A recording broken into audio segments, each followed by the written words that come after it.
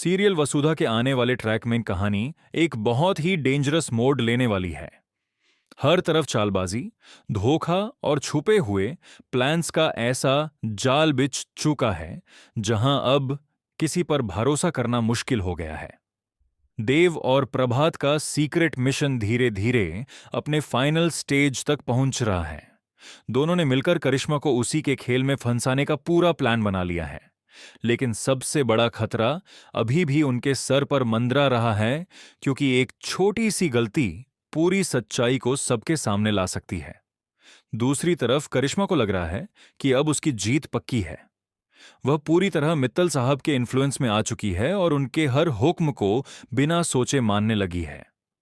Restaurant में होने वाली सीक्रेट मीटिंग में मित्तल साहब करिश्मा को एक ऐसा टास्क देते हैं जिसे सुनकर यूस के भी होश उड़ जाते हैं।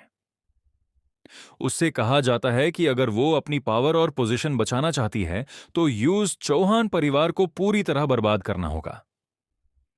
करिश्मा पहले तो थोड़ा डर जाती है, लेकिन ग्रीड और पावर की भूख उसे हां बोलने पर मजबूर कर देती है। लेकिन असली सस्पेंस तब शुरू होता है जब मीटिंग खत्म होने के बाद मित्तल साहब रेस्टोरेंट से बाहर निकालते हैं। बाहर खड़े देव, वसुधा और कुछ और लोग चुपकर सब देख रहे होते हैं। उन्हें लगता है कि अब उनका प्लान सक्सेसफुल हो जाएगा। लेकिन तभी एक ऐसा मोमेंट आता है जो सबकी सांसें रोक देता है। मित्ताल साहब की नकली दाढ़ी धीरे धीरे निकलने लगती है। अगर उस वक्त करिश्मा की नजर पड़ जाती तो सारी सच्चाई वही खुल जाती। इसी बीच एक अनएक्सपेक्टेड एंट्री होती है। ददीसा अचानक वहां पहुंच जाती हैं और बिना वक्त गवाए खुद को मिताल साहब की मां बता देती हैं। वो सबके सामने प्रभात को जोर से थप्पड़ मारती हैं ताकि उसकी नकली दाढ़ी वापस चिपक जाए और किसी को शक ना हो। ये सीन देखकर करिश्मा और भी ज्यादा कंफ्यूज हो जाती है। अब उसे लगने लगता है कि मिट्टल फैमिली का हर मेंबर उससे कई गुना ज्यादा डेंजरस है। लेकिन कहानी में एक और हिडन ट्विस्ट भी छुपा हुआ है। रेस्टोरेंट के बाहर एक अननोन आदमी सब कुछ सीक्रेटली रिकॉर्ड कर रहा होता है। उसके हाथ में वो वीडियो आ चुकी है जिसमें मित्तल साहब की दाढ़ी हिलती हुई नजर आ रही है। अब सवाल यह है कि क्या वो आदमी ये सच करिश्मा तक पहुंचेगा या फिर वो किसी और के लिए काम कर रहा है। आदमी की खाऊने। इधर देव को भी महसूस होने लगता है कि कोई उनके प्लान पर नजर रखे हुए है। वसुधा बार बार देव को वार्न करती है कि उनका मिशन अब पहले से ज्यादा रिस्की हो चुका है।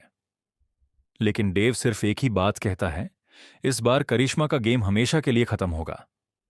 मगर किसी को अंदाजा नहीं है कि आने वाली रात चौहान परिवार के लिए एक और बड़ा तूफान लेकर आने वाली है। करिश्मा अब पूरी तरह दार और कंफ्यूजन के बीच फंस चुकी है।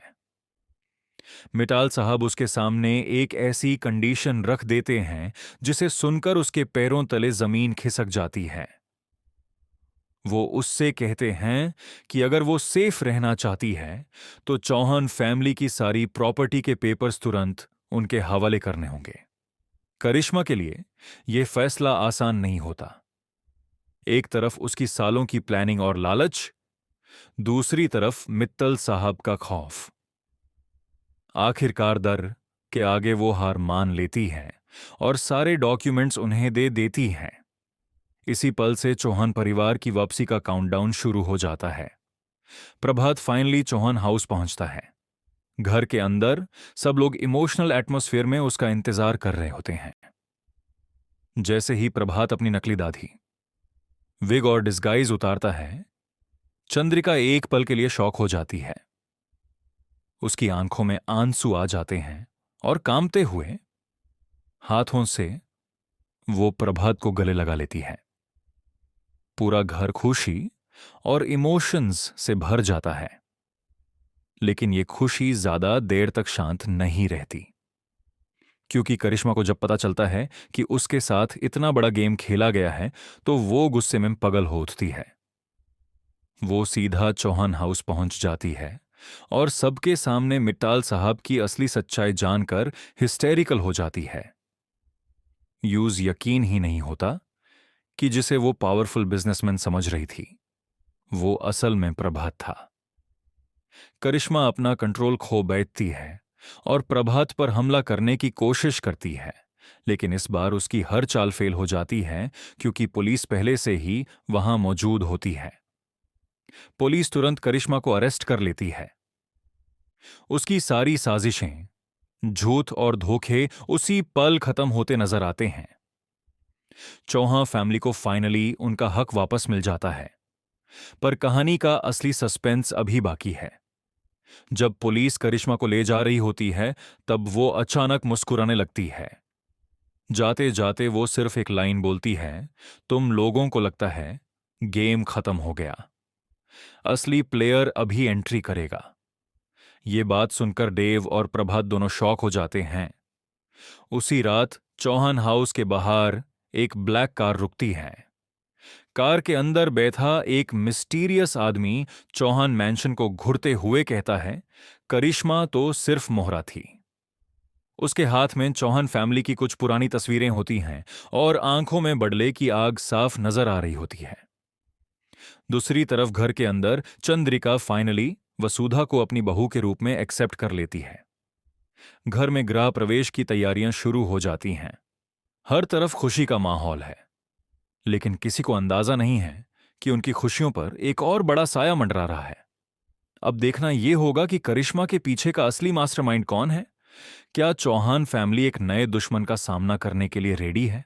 और क्या वसुधा की नई जिंदगी किसी नए तूफान में फंसने वाली है?